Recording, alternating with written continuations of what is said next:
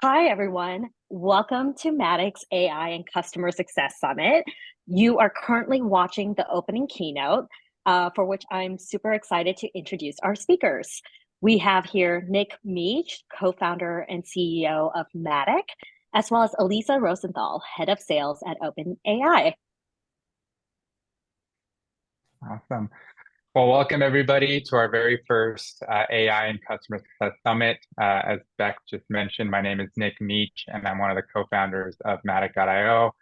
And if you don't know what we do at a high level, we help teams automate the creation and sending of data-driven content within PowerPoint and Google Slides. And we do that by personalizing text, charts, images, and tables that we insert into these presentations. So as a result, we are very plugged into the customer success community and have spoken to a lot of CS executives as well as individual contributors that are on the front lines and CSMs and account managers. And a reoccurring topic that continues to come up with no surprise is the role of artificial intelligence and how AI can impact the customer success function. So that is the primary reason why we're doing the summit today, is to get not only thought leaders within customer success, but also thought leaders in AI all under one roof to be able to chat about and have a dialogue around the impact of AI in customer success. So I do want to thank all of our speakers who are attending the summit and giving us their time and sharing their insights and perspectives. Really do appreciate that, as well as all the attendees. I know that you all have a lot on the calendar, so appreciate you taking the time to be here with us today. So if you can't attend all of the sessions, do not worry. We will be recording all of the sessions, and anybody who's registered for the summit will be sending out a link to the recording after the summit. So awesome. Well, to kick things off, I am joined here with Aliisa Rosenthal, who is the head of sales at OpenAI, and they've been at the forefront of this AI movement. So, Aliisa, thank you for joining us today. I'll love to pass it over to you to introduce yourself a little bit more, and also maybe give folks who aren't as familiar with OpenAI a little bit of context as to what you guys do. Sure. Yeah. Thanks, Nick. Great to be here today. So my name's Aliisa. I am the head of sales at OpenAI. I've been here a little over a year, and that year things have changed rather dramatically. OpenAI was founded as a research lab about little over 7 years ago. A pretty small research lab that probably not a lot of people had heard of up until recently. And OpenAI's mission ultimately is something called AGI. And this means essentially a general intelligence that can perform work as well as humans, so an autonomous system that can perform work. And that's our goal. We're not there yet. But all of our efforts and research are really with the goal of getting towards AGI. Along the way, we are producing a lot of different models, modalities, so different modalities like speech, vision, text, etc. And I think the world got their first taste of our models with the launch of ChatGPT, which was last December. And that was taking one of our text models and basically putting it into a really easy to use user interface, no waitlist, and that went a bit viral, I think you can say. And people all over the world really got their first exposure to a large language model and the power of AI and generative AI and where we are today. So OpenAI is a research lab that then takes those models and turns them into products. So that's really where I come in and my team comes in.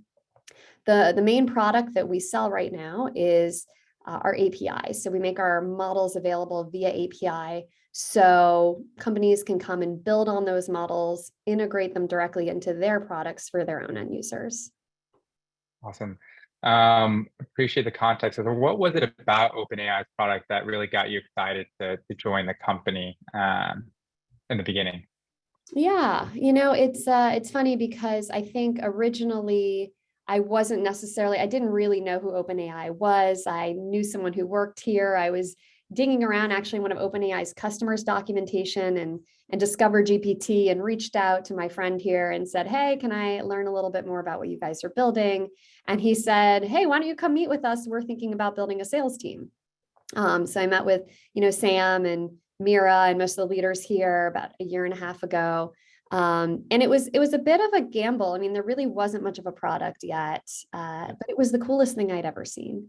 This was pre-DALL-E, which is our image model, but we had it in a form where I could start to test with it. And the first time I used DALL-E and I generated that image, I mean, now I know these text image models feel like they're ubiquitous, but this was a really, really mind-blowing experience for me, interacting with DALL-E, interacting with GPT. At the time, it was GPT-3, a slightly older model. But even then, the magic of sending my first API call and getting a completion, and it really felt like magic. It's the right word for it. And it's funny, I think once you experience the AI, the generative AI technology and where it is now, you can't unsee it, and once I totally. experienced it, once I had felt the impact of it, suddenly everything else felt irrelevant. It just felt like I need to be here. I need to be at this company. I don't know how we're going to productize it. I don't know how we're going to go to market. I don't know if they need a salesperson, but I just want to be part of this. That's awesome. Yeah, I remember my first time using ChatGPT, same exact experience. I was just blown away. And it was just I think the prompt, what I ended up inputting was just write an email back to responding to a customer. And I was just so impressed at the detail and how good the writing was that it really just blew me away. So I definitely had a very, very similar experience. So there's obviously a lot of application on how people are leveraging your guys' APIs. What are some of the misconceptions about AI that kind of bother you the most and that you guys see in the market? Yeah, I think I'll answer that in two ways. I think there's misconceptions about AI in general, and then maybe misconceptions about OpenAI specifically. So I think in general, the big misconception we hear is that I need to take the model and I need to train it on my own data. I need to fine tune it. It's not going to really be helpful for me unless I can fine tune it on my company's data. And the reality is these models are so all purpose and so intelligent, you don't really need a ton of data to make them useful. And there's different ways to give them access to data or to make them speak in the voice you want.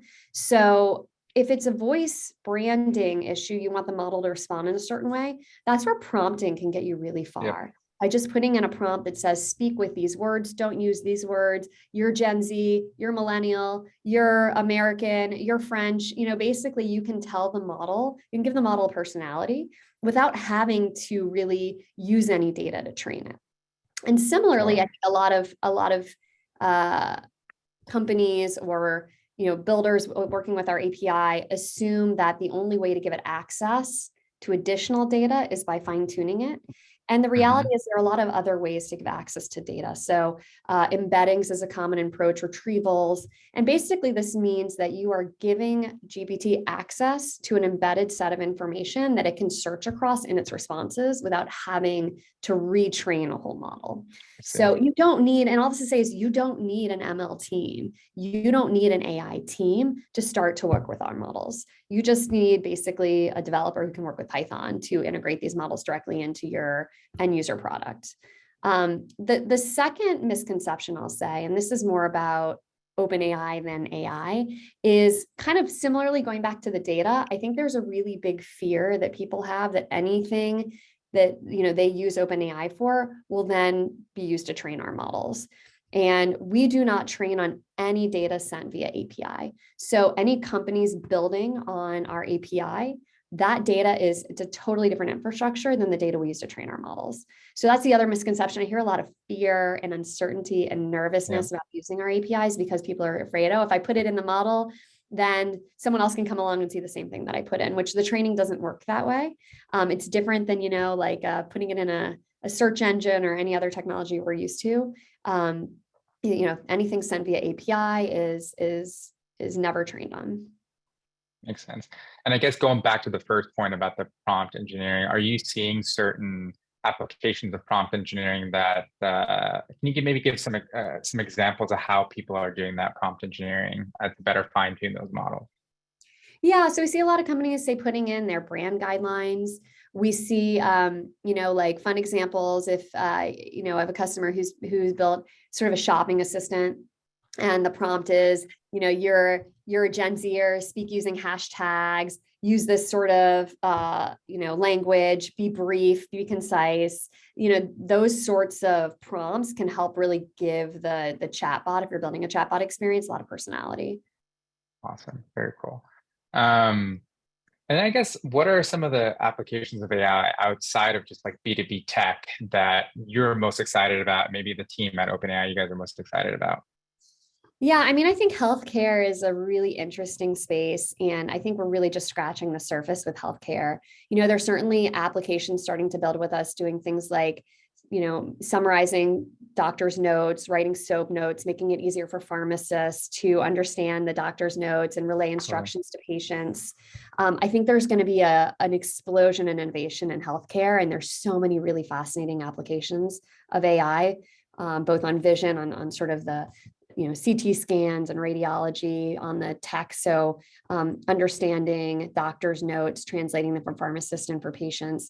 And then you start to extrapolate out to the future. So there's where we are today and what the models can do now. And then there's AGI and maybe even super intelligence, which I know I start to get a little meta when I talk about this. But this is what gets me really excited. I think often when people think about OpenAI, I get asked all the time, how do you feel about the future? And I am extremely hopeful and optimistic that AGI will be a force for amazing scientific research and discovery. I mean, imagine a world where we had, autonomous systems where they focused on just curing cancer or solving carbon capture. And you were able to funnel compute into systems who just spent all day, every day. Almost imagine you had an endless list of intelligent humans just spending all of their time researching a problem.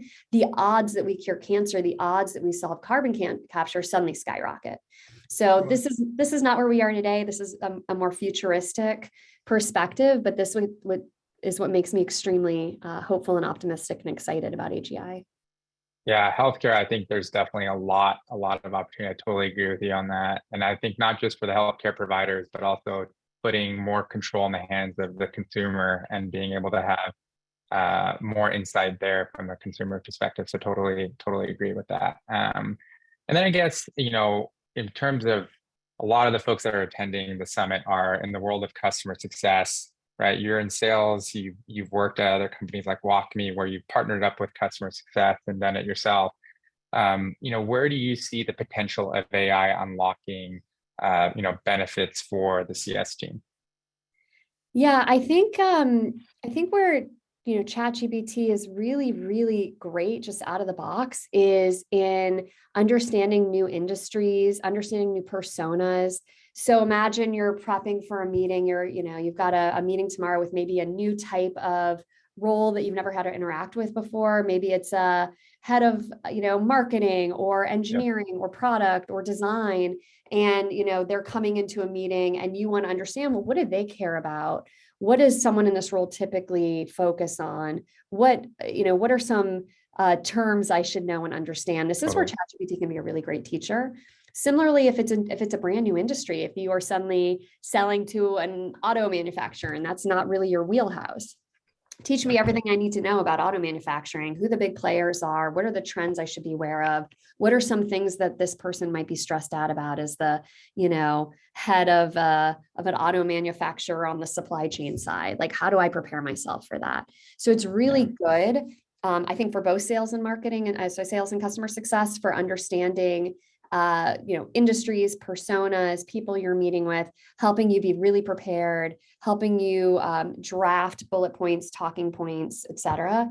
I think that's where we are today. I think when you extrapolate out and we start using, in sort of like the customer success operations side, I don't know if you've had a chance to play with Code Interpreter, which I think is one of the coolest tools that we've offered, but it basically is a data scientist. It's a data scientist that you can upload files to and ask questions. So on the operational side, here's all of my customers and their usage, and create prioritization tiers for me so I know who to focus on.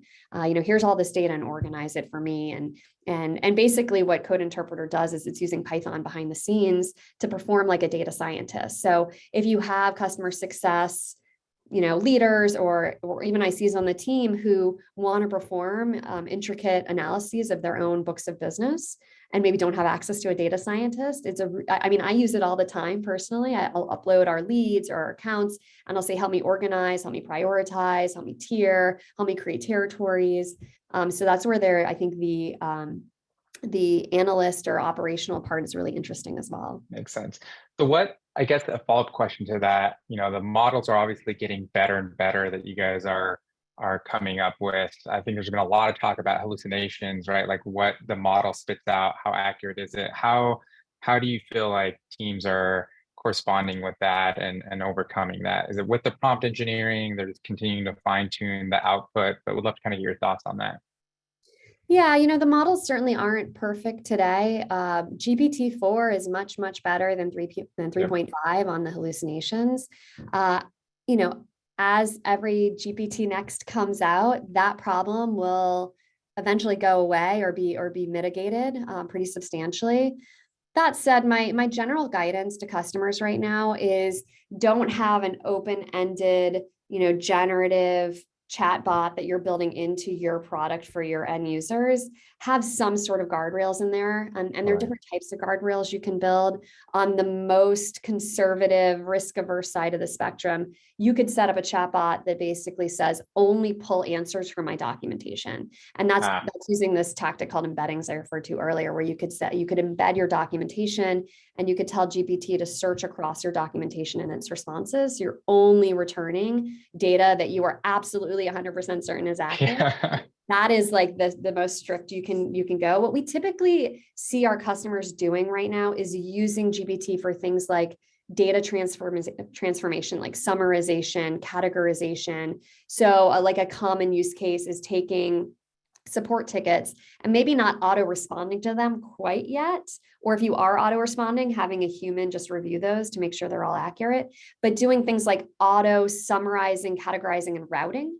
And that can really speed up the process of responding to tickets if you're not comfortable having, completely open-ended generative responses to all your support tickets. And I think that's where we are in the journey of this technology. We'll get there where you need fewer and fewer guardrails, and you already need way fewer with GPT-4 than GPT 3.5. But yeah, we encourage have some human oversight and or use this in a transformational way, or use embeddings so that you're just pulling data from your documentation or sort of approved language. Awesome. Very cool. Go ahead. Yeah, well, I was gonna say, I would love to turn one of these questions back on you, which is what are you seeing on the customer success side with AI? Yeah, I think there's obviously a lot of application within the CS workflow. And I think one of the things that I'm really most excited about is really bridging the gap in the last mile dilemma when it comes to data enablement. You kind of mentioned code interpreter.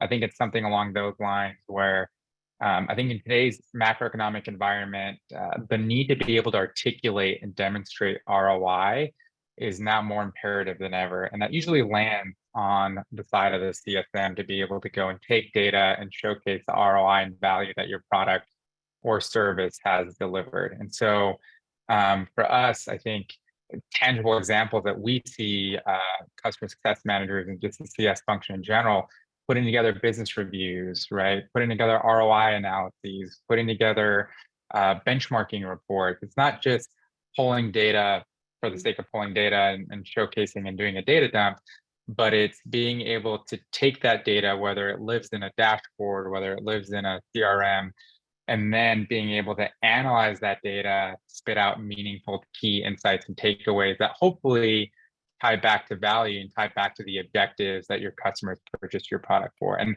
I think that is the piece that AI has such huge potential to be able to not just pull the data, but actually analyze the data on your behalf and give you at least a starting point on what the key takeaways are, right? Like data is never perfect, but it can get you to the 1 yard line. And so a few things that we've done on our side that I'm really, really excited about is today our product has the ability to go and pull data from a BI tool, a database, or CRM to populate a chart, a table, a text box within a PowerPoint or Google slide. But we now have the capabilities with AI to be able to say, hey, not only send the data to this chart that's in the presentation, but Matic analyze that data and spit out the key takeaways in bullet format off to the side, right? So this is what you were doing manually before. Now you have the ability where AI can go and do that for you, and really kind of, instead of you being the data analyst, you can spend more time on building the relationship with your customer. And I think that is something early on that we've seen has provided a huge, huge benefit to our customers, and as we're talking with the folks in the market. The other that I'm really excited about is that we've dedicated resources towards what we're calling presentation enhancer, and this is an extension within Google Slides that will spit out executive summaries and talking tracks for your slides. So again, CSMs are not necessarily data analysts, as you mentioned before, and our hope is with this extension that we can go ahead and do all the heavy lifting for you, whether it is a presentation that came from Matic that we generated on your behalf, or if it is a presentation that you put together manually, extension will scan all of the data and the content that is on the slides and spit out an exec summary that you can put at the beginning. You could share in a follow-up email, right? As well as even the talking points, going back to what we call data enablement. How do I speak to this? How do I tell the story in the right way? And I think AI has a great way to be able to bridge that gap and close that last mile dilemma.